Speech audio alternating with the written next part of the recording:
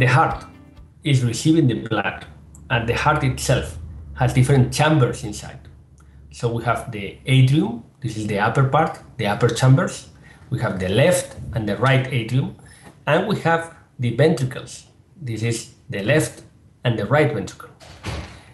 In between those chambers, in between the left atrium and the left ventricle, we have a valve. It's like a door that communicates those chambers. In fact, there are 4 cardiac valves that are the pulmonary, the aortic valve, the tricuspid valve, and the mitral valve. In a very simple way, the cardiac valves are like doors that communicate different chambers. Valvular heart disease is a specific condition that implies that the valves are not really working, are not really functioning in a proper way. There are 2 different possibilities. One is that the valve is not, the door is not open properly. Just think like a normal door. So this is what we call stenosis. So a valve is stenotic when it is not opening in a correct way. But also it can be that the valve, the door, is opening in an excellent way, but the problem is that it's not closing. So if it is not closing, then is what we call insufficiency or regurgitation. So it could be, for example, in the aortic valve, this is the aortic valve, it could be an aortic stenosis, the aortic valve is not opening, or it could be that the aortic valve is not closing, and is called aortic insufficiency. Is it prevalent?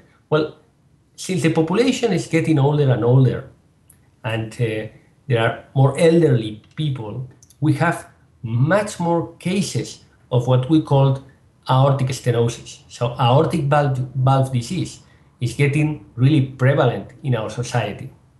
Why is this? Because while you are getting older, there is also a degeneration. It's a degenerative process of the valve. The valve is getting heavily calcified and therefore is not opening in a proper way.